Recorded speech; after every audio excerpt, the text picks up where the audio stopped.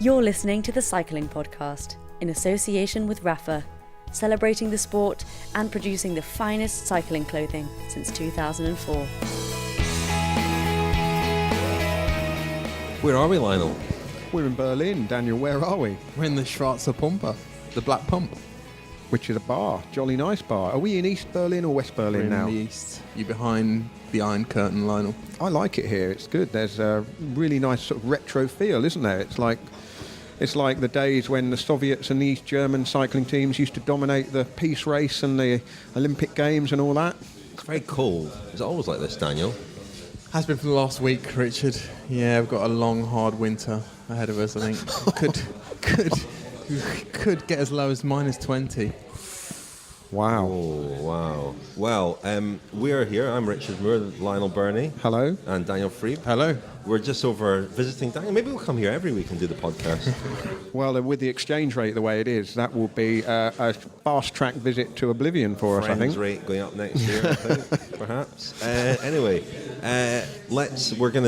we're here in Berlin. We're doing the podcast. We've got a lot to talk about at the World Championships, the ongoing Wiggins saga, latest updates on that in part 3.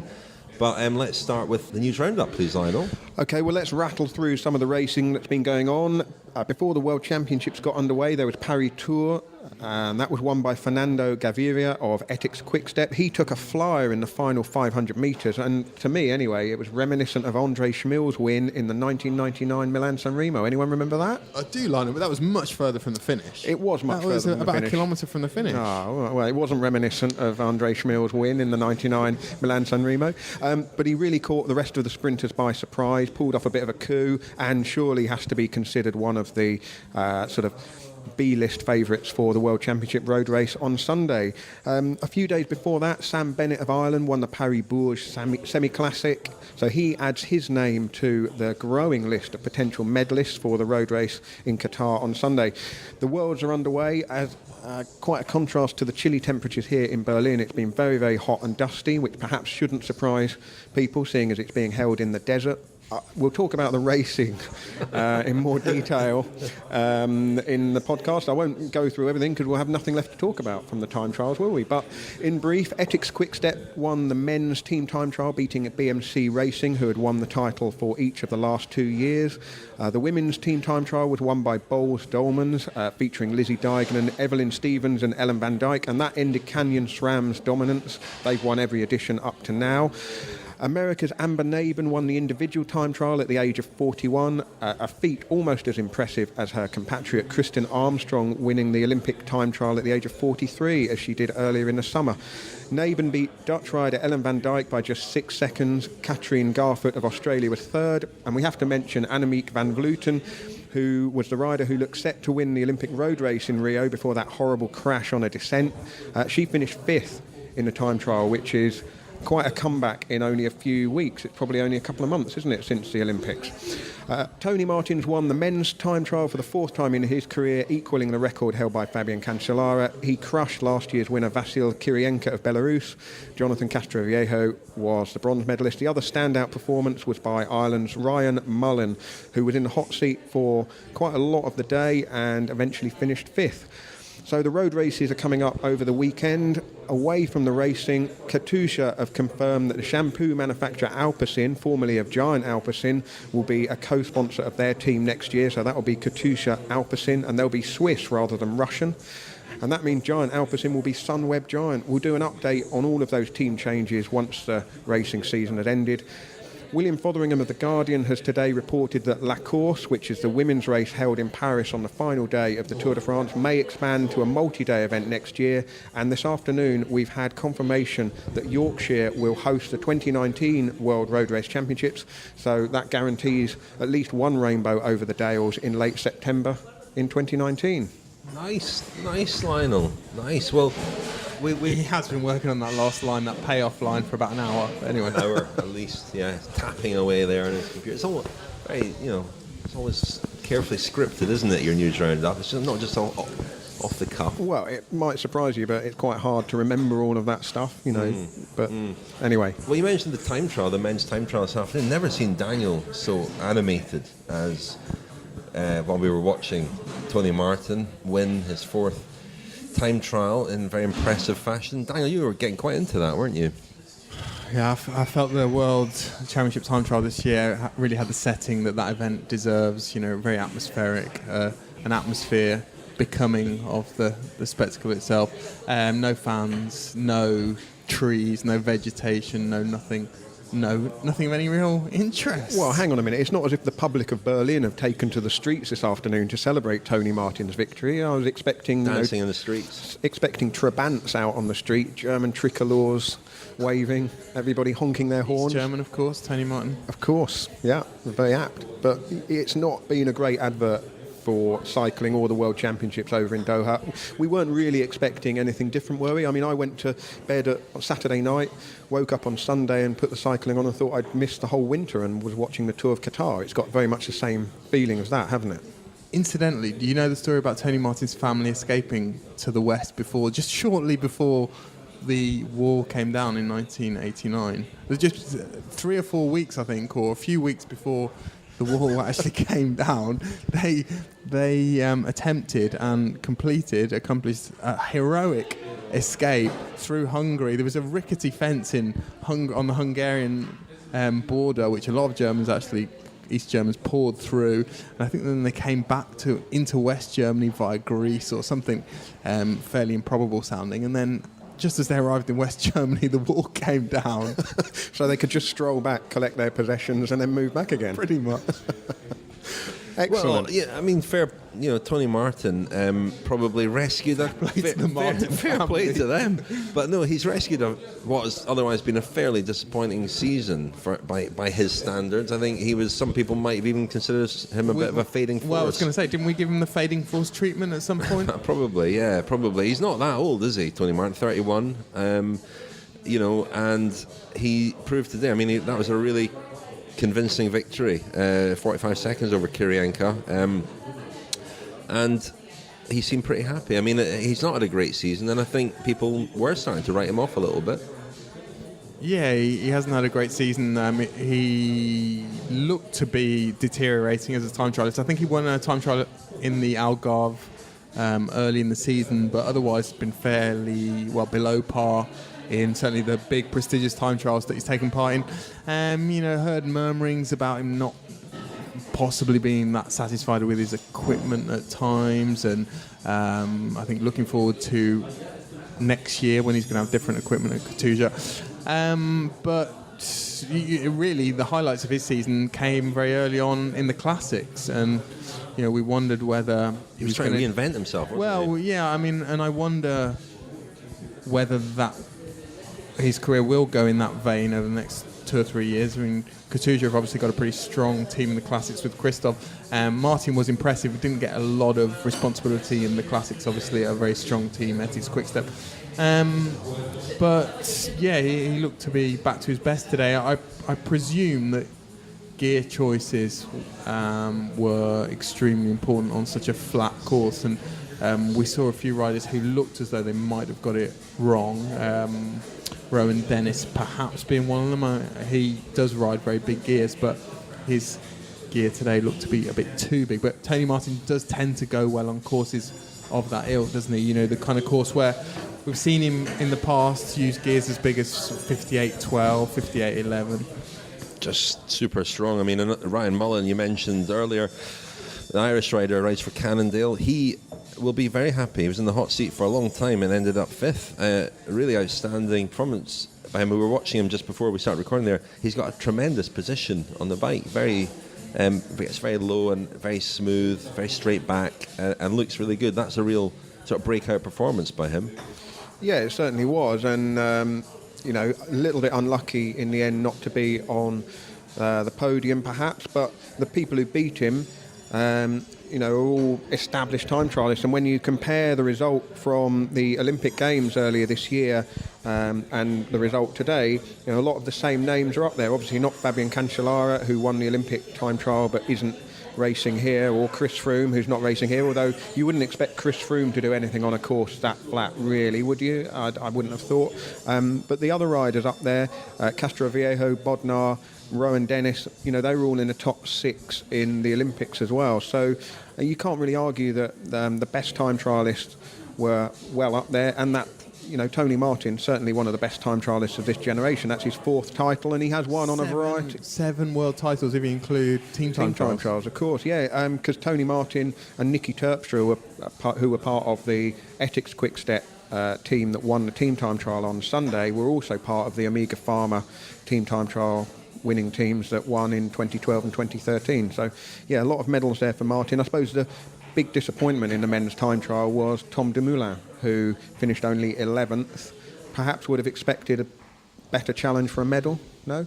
Well, he tweeted afterwards that it's a big ask to maintain form from April through to October, and I think the Giro was a big thing for him this year, the Giro and the Olympics, wasn't it? And the Tour de France was a bit of a bonus after pulling out the Giro, and it's maybe just having been in the shape he was in for the Giro in April, it's perhaps just asking a bit too much for him to hold that all the way to October, because it's a later World Championships than normal as well. So. Eurosport, the home of cycling.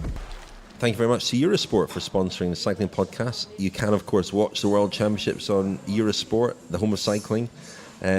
Lots of racing still to come until the Men's World Road Race Championship on Sunday, which we're going to talk about in a moment. But, of course, one of the big things in Qatar has been the heat, and there have been a few unfortunate incidents so far of riders clearly suffering in the heat and crashing and so on. Now, the team time trial was particularly bad, and a lot of people extrapolate from that the road races will be even worse. I would say that you go deeper in the team time trial than you would tend to go in a road race, and so I think the risks in the team time trial are perhaps greater than the road race. So we've maybe seen the worst of that. I don't know, but there's still a possibility, isn't there, that the road race, the men's road race on Sunday, will be shortened.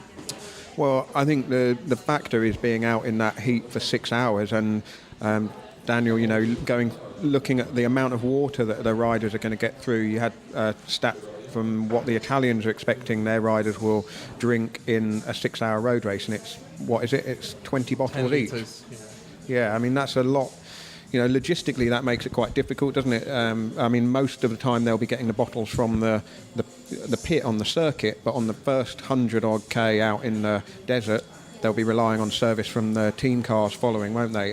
Something that they'll have to be, keep right on top of. But I think the wider issue is that watching these events this week on TV, if you were a casual fan tuning into the World Championships, it looks like an irrelevance. There's nobody there. There's no crowds there. There's no sense of this is an elite sporting event.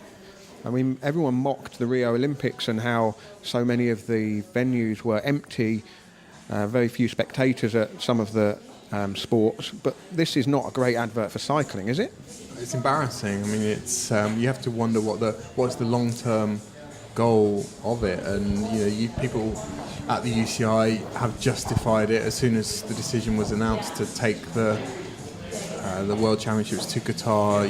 Talked about promotion and widening cycling's appeal, and I actually think it's an area in which the UCI have deserved some credit over the last 15 years. We've talked before about the work that's been done in Africa, and we've seen the fruits of that with MTN Quebec, which have become Dimension Data, and generally the peloton becoming a lot more cosmopolitan, and more interest from other countries, and some of the credit for that has to go to the UCI, but it's very difficult to see any correlation, any likely correlation between the World Championships and any groundswell of interest in Qatar, because there are simply not many people there, and it certainly hasn't captured the imagination of the small number of people that do live in Doha. And we knew that would be the case from the Tour of Qatar, where there's nobody out watching the race. Yeah, it is embarrassing. It's farcical, and Qatar were up against Norway, Bergen in Norway for the 2016 World Championships. Bergen have got the 2017 World Championships, but why on earth would the UCI award the World Championships to Qatar instead of Bergen? I mean, why would they do that? You can only think that there's financial reason for it, because there's huge support in Norway for cycling. There's been a World Championships there in 1993, of course, with Oslo. But we see at the Tour the numbers of Norwegian fans. There will no doubt next year be a huge crowds out for the championships. And you think, well, if the choice back when the decision was made was between Norway and Qatar, Qatar was chosen purely for financial reasons, and that's not doing any favours to the sport at all. It's a showcase event. And you would have to think that Qatar's bid would have or should have absolutely dwarfed the Bergen bid or the Norwegian bid several times over for you to be able to construct any kind of justification or any argument, because let's say the UCI had been able to pull in another 10 million euros as a result of going to Qatar, and they'd reinvested that money in anti-doping, and then you might say, well, fair enough. But I don't know the exact figures, but I presume that wasn't the case, and it seems like a very short-termist view. And as you say, Rich, you think about the image of the sport, and you think about how it looks to the wider public, and growing it not only over the next couple of years, but over the next 15, 20 years. Qatar really has had its chance to develop a culture of watching cycling. The Tour of Qatar has been around for a long time now, and it hasn't really punched any kind of hole whatsoever, has it? And when you consider if the stated aim is kind of globalisation, taking cycling to areas where it's likely to develop as a major sport, you see the crowds for the Tour of Eritrea and other races in Africa, and you think that surely would be far more. It'd be tricky, I think, holding World Championships in Eritrea. Well, it may well be, but there may well be other areas of Africa where it'd be less tricky. Certainly, all right. Well, what I'm saying is areas where there's a passion for the sport that already exists, because surely, if you're talking about growing the sport, you want to tap into that passion and expand it. And really, the bigger factor is that the riders themselves, and Tom Dumoulin made some comments that kind of alluded to his disappointment at racing in front of nobody. The riders themselves want prestigious events to ride. They don't want to turn up. And, there are more people at junior Kermesses in Belgium than there have been at the World Championships in Doha. And that, regardless of the financial implications for the UCI, that's not a good look for professional cycling at all. I was at the 2013 Tour of Qatar, and on the final day in Doha, there was a sort of sprinkling of fans, and maybe there will be on Saturday and Sunday for the road races.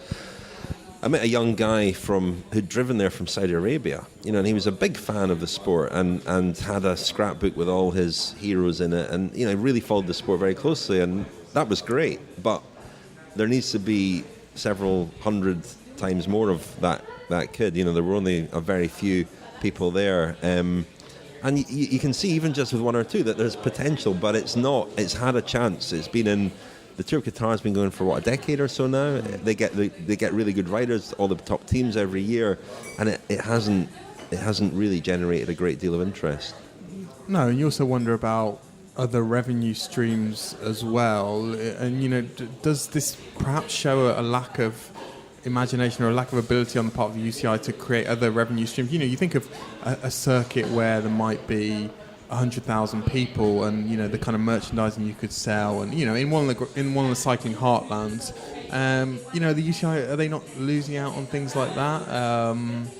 But yeah, it's really the long-term view which is the important one, and we've seen it's not as though there haven't been test cases.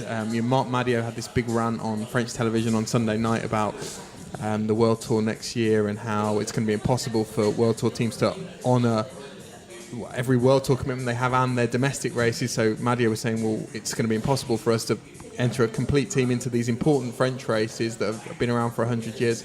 But he was also talking about, races like the Tour of Beijing, and which, we've seen time and time again.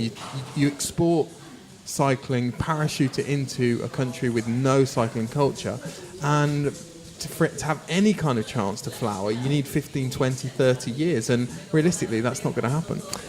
Having said all that, what we have had in Qatar over the 10 years or so of the Tour of Qatar is some really cracking racing. And the paradox is that we could have a really good racing at the weekend with the road races. The time trials and team time trial, one thing, against the backdrop of the desert, not a fantastic televisual spectacle, but the road races, they could generate really exciting racing. I mean, it's obviously flat, so it is on paper a sprinter's race, but there is, with the national teams, there's with a lot of the teams having, in effect, being divided in two, almost French and the Germans in particular. Well, French certainly, and without there being the established pattern of it falling to one team to bring it back together, it's quite unpredictable. There could be crosswinds. It could be a race that favours. You mentioned Nicky Terpstra earlier.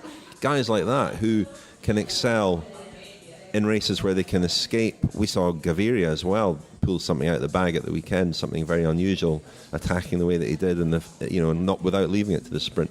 It could be a really interesting race.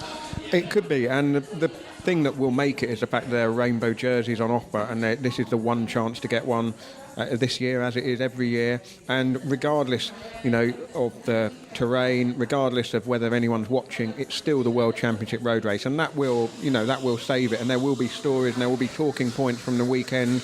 Not going to speculate about how the races might pan out, but there are a lot of things to look for. There's going to be, particularly in the men's race, a big field, dealing with potentially crosswinds, dealing with that heat, the break getting away, how much time will they be allowed, who will take up the chase? Will it be like Copenhagen in 2011 when Great Britain did a lot of work for Mark Cavendish and really controlled the race and the other nations let them do it? Or, it's in the interest of so many teams to ensure there's a sprint, but that, in a kind of odd way, presents opportunities for others to do something unexpected. And you would have said the same about Paris Tour on Sunday, and it was a fantastic win by Gaviria, but frankly there were lead-out trains mincing at 500 metres to go. They were actually mincing, and that happened because they were looking at each other, who's going to take up the chase now, and the same definitely could happen. There's almost a tipping point after which there are too many teams that want the sprint, and then they start looking at each other and say, well, we all know what we want from this, but who's going to do it? And it's rare. We've seen it with Italy before, where they've come in with a plan. They've ridden very strongly as a unit, as a team, and we saw it with Great Britain in 2011 in Copenhagen. But it's unusual, isn't it, for a national team put together with guys who are riding on rival teams the rest of the year. It's unusual for teams to really come together and really ride as a single unit. And the Germans are the big favourites, I suppose. They've got Greipel, but they've got Kittel as well. And Greipel, I think, is the favoured leader. But how much is Marcel Kittel going to get? Who I think is going really well. I mean, he looked really strong. He's not ridden well in terms of winning sprints recently, but he looked incredibly strong in the team time trial. Yeah, I mean, maybe I mentioned it last week in the podcast. I had a chat with Mark Cavendish last week about Kittel and his chances, and he certainly felt that Greipel was a much better bet on this course, with lots of changes of direction, potentially lots of changes in the wind, and he felt that you could kind of bully Kittel on a route like this, that there were lots of places where you're going to have to accelerate over the course of the 5-6 hours. How is Cavendish? Is he ill, as reported? I think his Dimension Data team manager, Rolf Aldag, felt that he needed a bit more racing. He was down to do the Münsterland Tour, and there was one more one-day race. He did ride Paris Tour at the weekend, and he finished sixth, I think. He was there. He was well positioned at the end, but didn't seem to have the... But there is I don't know, if you go back over the last few years, there have been multiple occasions when in the penultimate race before a big race, Cavendish has seemed to disappoint or flatter to deceive in sprints, and I think there has been an element of bluffing. I think that was certainly the case at the British National Championships this year, and I think some of it is quite conscious. Adam Blythe beat him in a sprint in the British National Championships, and people assume that Cavendish wasn't going well. I'm not saying that he gifted Blythe the victory, but I think that he knows what he's doing, and he was going really well until he fell ill in the Giro di Toscana, was it a week ago? He had an illness which prevented him from training for about 4 or 5 days, but I think there's probably enough time has passed now for him to be completely recovered and to be going fairly well again.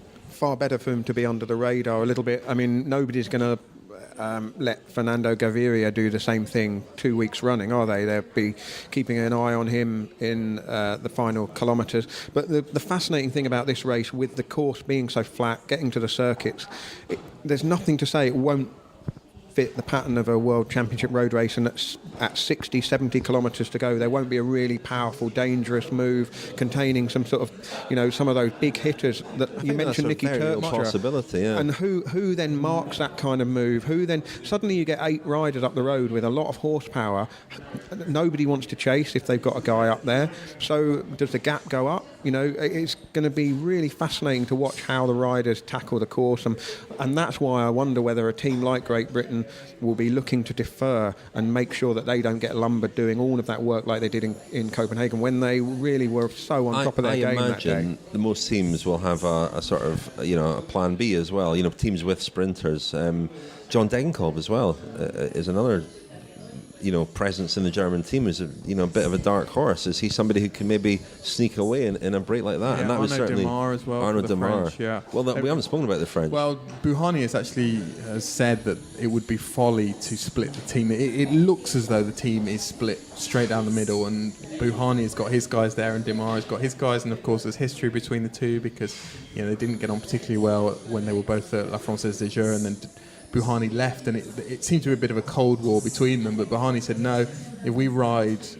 at cross purposes in the Worlds, it's going to be a disaster. So we're going to have to find a way of having one goal and both riding towards that one goal. So that sounds to me possibly as though Démare's the more versatile rider, probably better in the wind. He's perhaps going to be the guy, the opportunist, and Buhani. Or maybe Buhani's thoughts are that that one goal should be that Démare should ride for him. Possibly.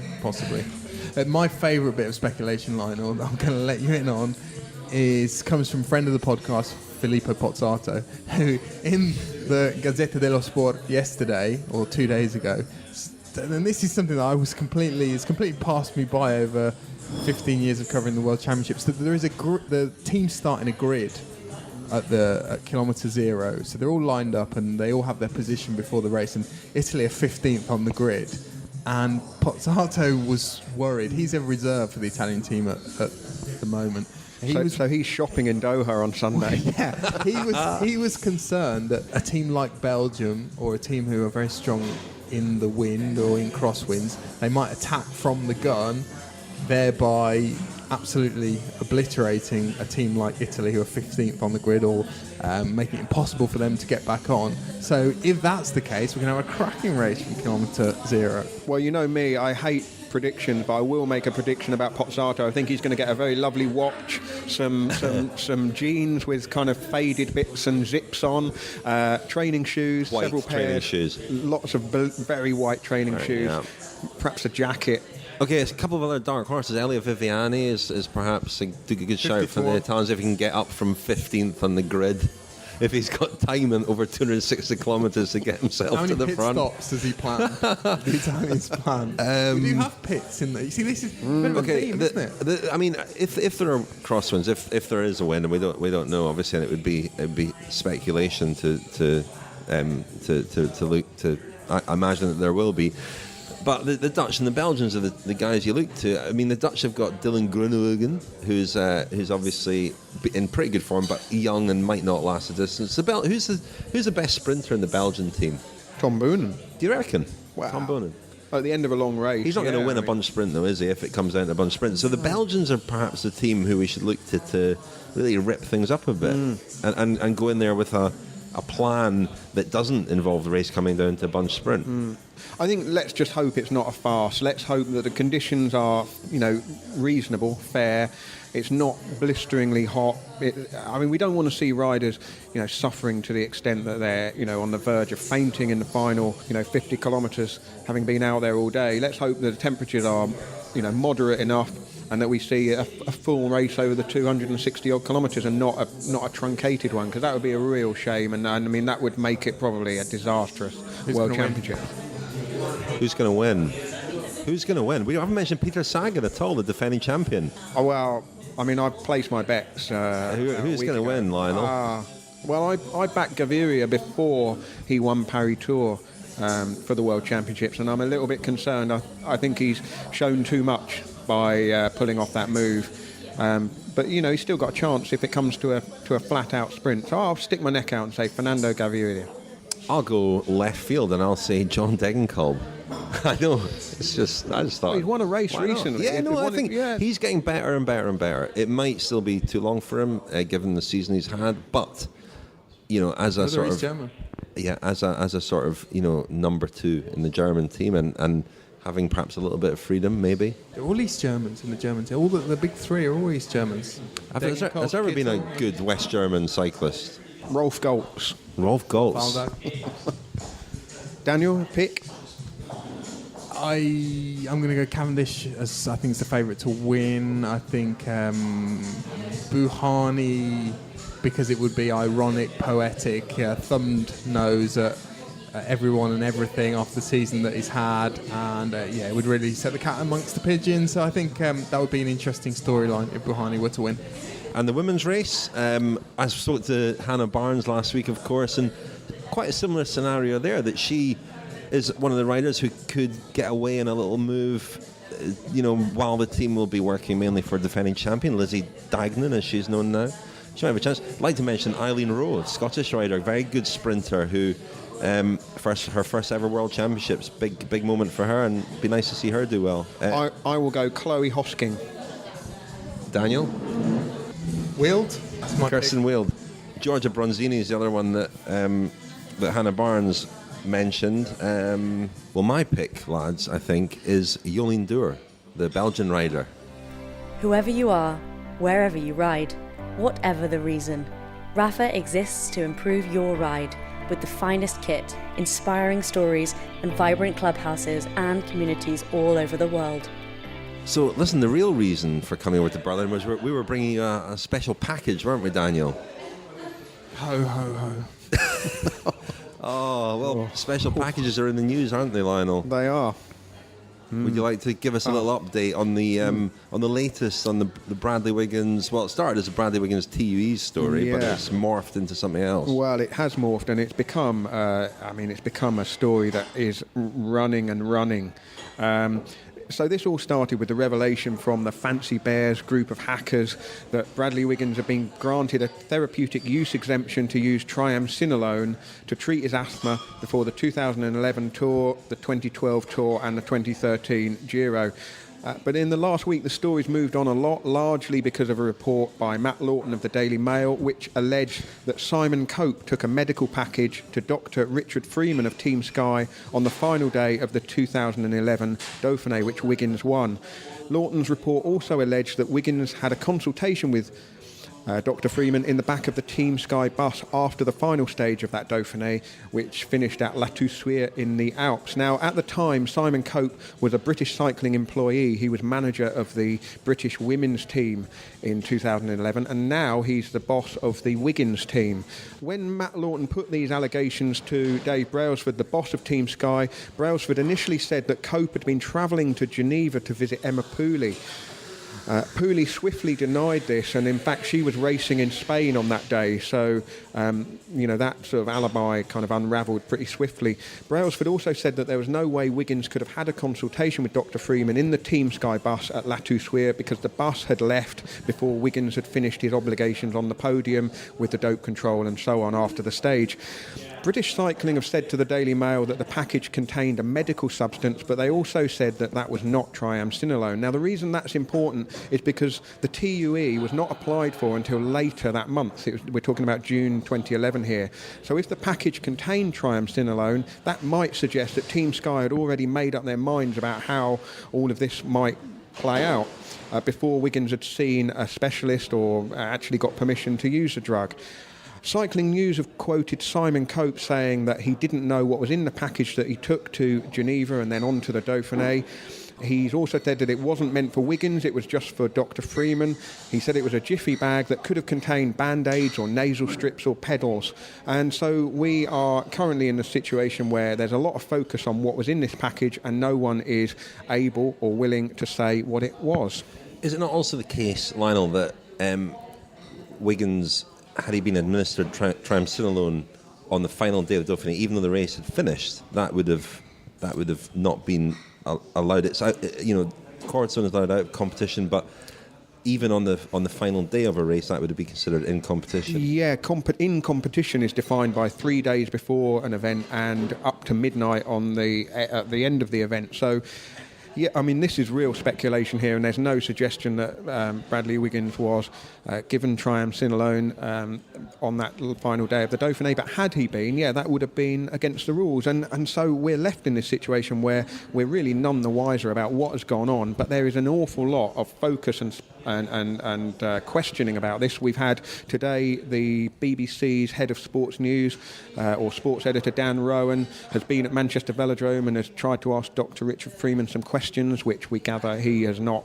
answered. And so we're in a position where this is a real PR disaster for Team Sky, and there are way more questions now than there were even a week ago. And you, Lionel, have become part of the story, haven't you? Well, I'm really trying not to become part of the story, Richard, but I was there at that Dauphiné in 2011. I actually travelled with Team Sky that week, covered the race, was kind of inside the team, if you like. I talked to Dr. Richard Freeman a lot that week, including about the sort of ethics and morality and practicality of applying for TUEs. I wrote a feature for Cycle Sport magazine, which is still available on the internet. It's on the Cycling Weekly website. People want to read that. But one of the aspects of the therapeutic use exemption protocol that we talked about was regarding Rigoberto Urán, their Colombian rider, who I was told was suffering with breathing difficulties, was struggling with his allergies, and Dr. Freeman was trying to get in touch with the UCI's doctor, Mario Zorzoli, to get an emergency TUE to allow some treatment for Urán for the final few days of the race. And we had a conversation, which is in the article that I wrote, about whether or not it's appropriate or right that riders should apply for medical assistance if they're too ill to ride. And we talked about the ethics of that. On the final day of the Dauphiné, which went to La Toussuire, I was in the Team Sky car with Nicolas Portal, who was a sports director, Dr. Freeman and Tim Kerrison, and we were following the gruppetto on the final climb, and we drove in after the final riders, and the final group were outside the time limit, at least half an hour down. And the reason I've become a sort of incidental player in this is because I feature in a video which was taken after the finish of that stage. Bradley Wiggins is giving interviews outside what looks very much like the Team Sky bus, which is still there at La Toussuire. It hasn't gone off, as Black Dave bus Brailsford. with Team Sky written on it. Well, Dave Brailsford said initially to Matt Lawton that Wiggins couldn't have met with Dr. Freeman in the Team Sky bus because the bus had already left and gone off to take riders elsewhere, and that didn't ring true to me.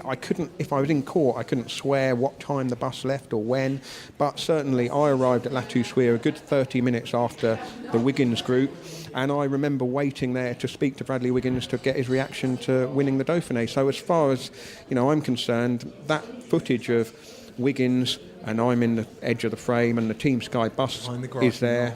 On the grassy knoll, indeed. I mean, so really the questions there are, why did Dave Brailsford reach so readily for alibis, citing the bus and citing Emma Pooley, when those alibis don't check out? And it's a real muddy issue now, and Team Sky have kind of gone to ground. They are now saying that they can't comment any further because there's a UK anti-doping investigation into this whole thing, and that's kind of quite a helpful shield for them. It means that they can step back, detach themselves from this for now, but the mainstream media is the mainstream media are all letting over this it. go. The media are all over it. It's a hell of a story because, as you say, the focus now is on the apparent untruths and the things that don't stack up in this story, and the focus is obviously what was in the package. And it's not good. Paul Hayward wrote a very good piece, I thought, in the Telegraph. I tweeted it a day or so ago.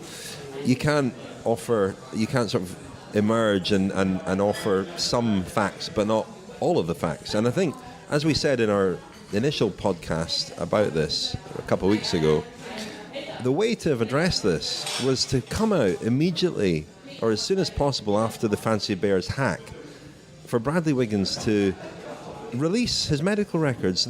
He can release his medical records. You know, there is everyone's right has a right to medical confidentiality, but is hay fever, is a pollen allergy so sensitive that asthma so sensitive that you can't release medical records pertaining to that? I don't understand the issue there. Release a specialist report, release all the documentation around the treatment that he received. As Callum Skinner put it in his column that he wrote in The Scotsman, if you have nothing to fear, you've got nothing to hide. I agree with that to a degree, and but the issue here is that we're in a situation where it may be that there's some other explanation that he doesn't want in the public domain, and so that's where this is on a real, there's a real issue here about the right to confidentiality. But on the other hand, the credibility of his Tour de France win in 2012 is absolutely at stake here, and the more this goes on with unclear explanations or explanations that don't check out, the worse it looks. And it's become like a political story where the deed at the heart of it almost is forgotten. It's the kind of the explanations and the dots that don't join up that become the story, and that's where we're at the moment. Yeah, I mean, what surprises me is just the crisis management or lack of crisis management. I mean, you can read any PR manual or manual about PR, crisis management, and the way you really need to anticipate crises, and you have to have measures in place that you can then employ should a story like this break. And it's just that the silence is inevitably filled by speculation. And there's been a lot of silence. There was a lot of silence in the first instance after the Fancy Bears leak, and there's been an awful lot of silence in the last few days after the story emerged about the suspect package. And, as for the alibis, I mean, I've been reminded of a scene from one of my favourite films, not the most highbrow film. Happy Gilmore. No, Wedding Crashers. Oh my word! What a deviation! Starring Daniel Friebe and Rob Hatch. Yeah, there is every scene in Wedding Crashers is a classic, but there is one in particular where they're in Vince Vaughn and Owen Wilson are in a church, and the whole premise of the movie is that they crash weddings on false pretenses, and they're in the. All right, is that why it's called? Yeah. And they're in a church, and they're talking to someone else at the wedding, and they say, "Oh, how's?" I think they reference Aunt Liz or someone, and they haven't even checked that Aunt Liz is alive, and it kind of feels like that. The Emma Pooley story is Aunt Liz. Yeah, she is, for the purposes of this story. I mean, that's an odd one as well, because if you're gonna, there's no love lost. I think that's fairly open secret, isn't it, between Emma Pooley and the British cycling hierarchy and Dave Brailsford? Why on earth would you choose Emma Pooley as an alibi? I think that my sense is that we know the way that Dave Brailsford works, that he was going through a process and trying to be transparent about that process with Matt Lawton, the journalist who was investigating this story. But in doing so, he, made a few just odd decisions in terms of what he disclosed, and I think it goes back to that point. You either come out and you be fully transparent, or you don't. I made a mistake earlier. I said if you have nothing to fear, you have nothing to hide. It's the other way around, isn't it? If you have nothing, no. I said you've got nothing. If you've got nothing to hide, you've got nothing to fear. What I meant is, hang on. If you've got nothing to hide, you've got nothing to fear.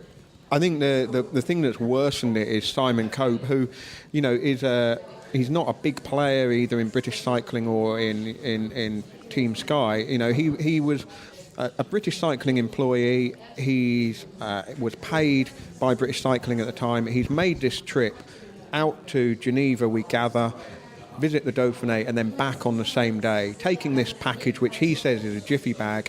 How credible? I find it really lacking credibility to say that someone would happily, even with a absolutely trusted employer, would say, "Oh yes, I'll take a jiffy bag to Switzerland and France for you," without knowing what's in it. I mean, that's just worse than the way this all looks, and I find that absolutely bizarre that this is the turn it's taken. We were throws such a spotlight on it. Yeah, we were talking that there have been so many parallels drawn with Lance Armstrong and US Postal as providing the sort of the template, and it's tricky, isn't it? Because Simon Cope was an employee of British Cycling who, as he said in his interview, would run a few assignments. There is this overlap between Team Sky and British Cycling. There was, certainly at the time, between British Cycling and Team Sky. He's a British Cycling employee delivering something to Team Sky. That's a world away from Motoman. The comparison will inevitably be drawn, the parallels were made, but it's a world away from someone incognito riding in on a motorbike with a refrigerated box and blood bags in it. But the Team Sky are making it easy for their critics to draw these parallels because they're not offering up enough information or details to make to not leave these huge questions hanging in there. And for as long as these questions are in there, as you say, in the void, it's filled with speculation. Yeah, I mean, looking back at the feature I wrote in 2011, a sort of diary of a week spent with Team Sky, on the final morning, the stage that went to La Toussuire, Dave Brailsford and I had a conversation about the UCI's new no needles policy, which had only just come in May, I think, just before the Giro that year. And that meant that all the teams had to sign up to agree that no medication or recovery could be administered by needles. And Dave Brailsford said to me that morning, almost unprompted really, that there was nothing to kind of see here at this team, and he was firmly behind the no needles policy. And so, when I'm sort of adding all this up and thinking he was saying and thinking that morning, and yet within a couple of weeks the TUE had been applied for triamcinolone, and it all starts to kind of merge together and provide a really sort of muddy picture of what was going on at the time. And I think the other thing is, without wanting to feed the conspiracy theorists, when you look at the range of individuals involved in cycling at the time, Pat McQuaid was the president of the UCI at the time. His son Andrew McQuaid now works for the Wiggins team. Brian Cookson is now the president of the UCI. His son, Ollie Cookson, was working for Team Sky at the time. There were so many things all joined up. You've mentioned the links between British Cycling and Tour Racing Limited, which was the parent company of Team Sky.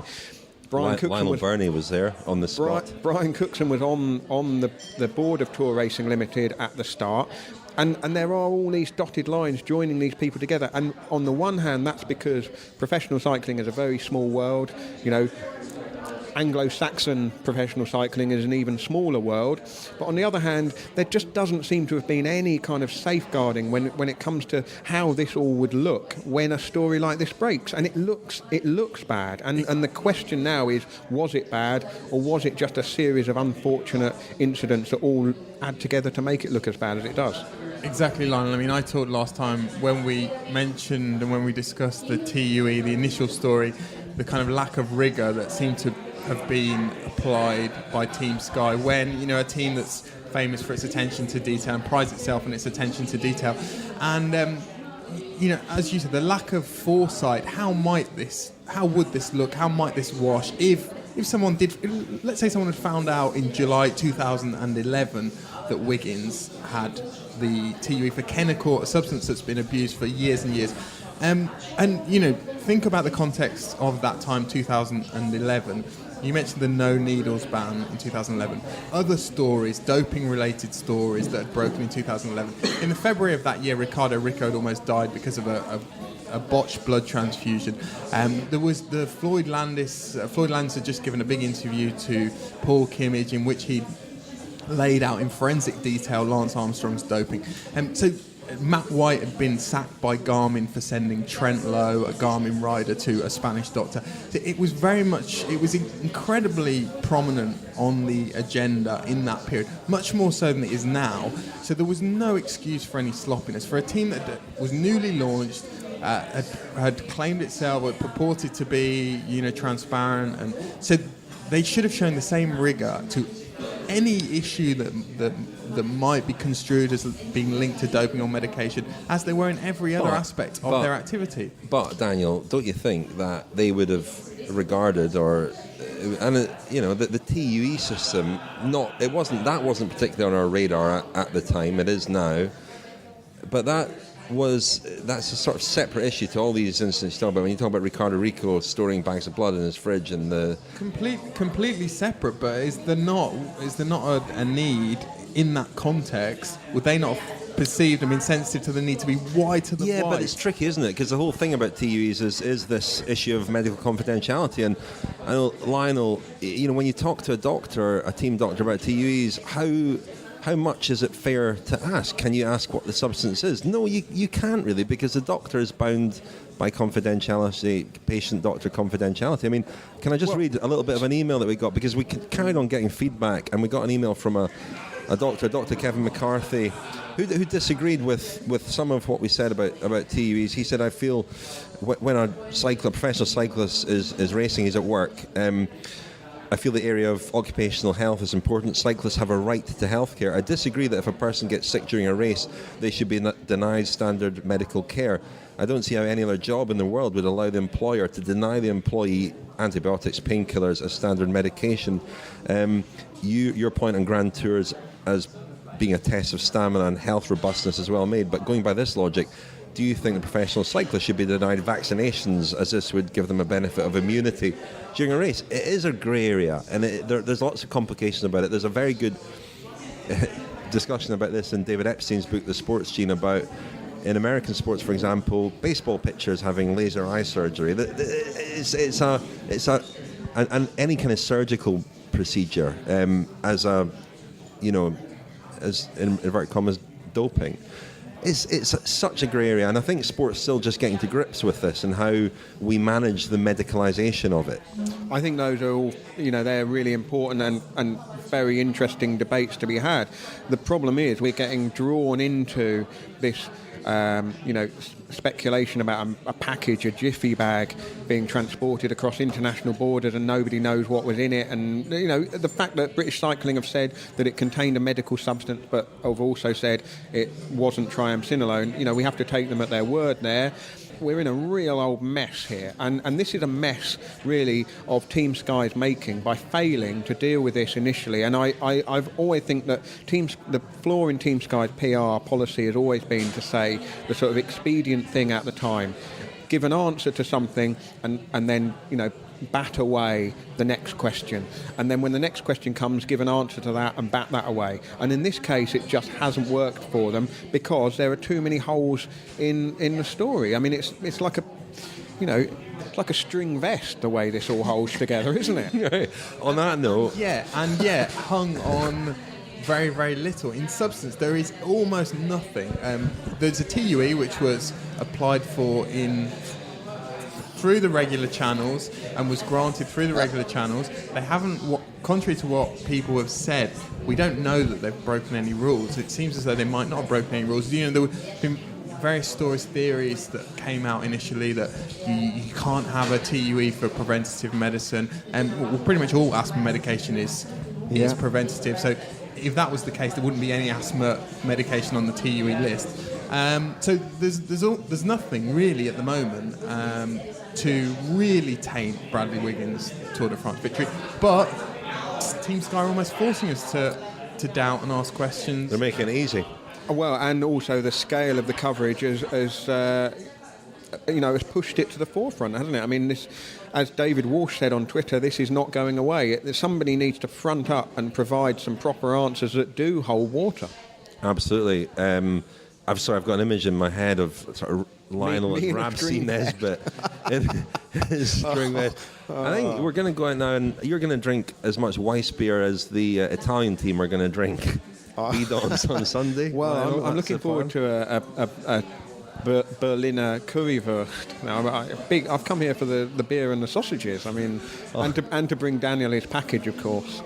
Yeah, we haven't come to sack Daniel as he speculated last week in the podcast. Some people asked questions about that. We can confirm that we haven't given Daniel his P45 yet. Another rolling contract, though, isn't it? Rolling contract. Excellent. We'll give him another chance. Right, listen, chaps. We'll reconvene next week to talk about what is bound to be a thrilling World Road Race Championship, and we'll be back in London-ish, and Daniel will be in Berlin. So, in the meantime, thank you very much, Daniel. Good night from the Schwarze Pumper. Thanks for having us, Daniel. You've been listening to the Telegraph Cycling Podcast. Thank you to Glass Pear for the music in this episode. For more information and to download more editions of the show, visit thecyclingpodcast.com.